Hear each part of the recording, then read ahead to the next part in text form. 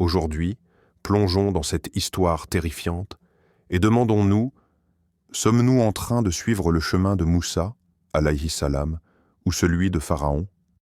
1. L'arrogance d'un homme qui se prenait pour un dieu Pharaon. Un roi dont le nom est gravé dans l'histoire. Puissant, craint, obéi par des milliers d'hommes. Mais au-delà de son trône d'or et de ses armées, il y avait une illusion, une arrogance démesurée.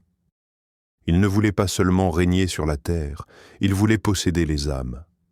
Il proclamait devant son peuple « Je suis votre Seigneur, le Très-Haut » Sourate An-Naziat, 79-24. Un homme qui regarde le ciel et ose défier celui qui l'a créé. Regarde autour de toi. Pense à notre époque. N'y a-t-il pas aujourd'hui des pharaons modernes? Des hommes qui se croient invincibles, qui pensent que leur argent, leur pouvoir, leur position sociale les rendent intouchables? Peut-être même, sans s'en rendre compte, nous portons un fragment de cette arrogance.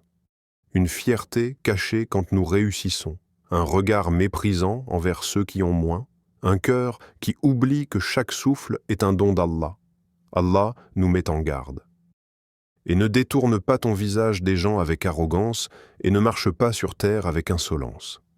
Certes, Allah n'aime pas le présomptueux et l'arrogant. Sourate Luqman 31-18. Ce verset est un miroir. Ose le regarder. Y a-t-il une graine de cette arrogance en toi?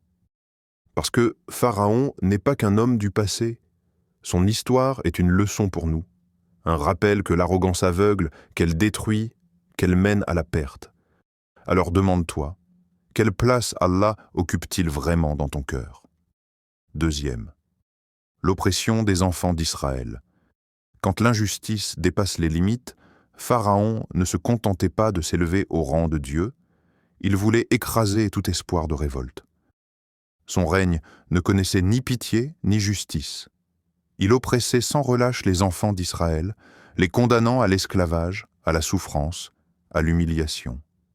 Mais l'injustice atteint toujours un point où elle dépasse les limites. Pharaon donna un ordre glaçant.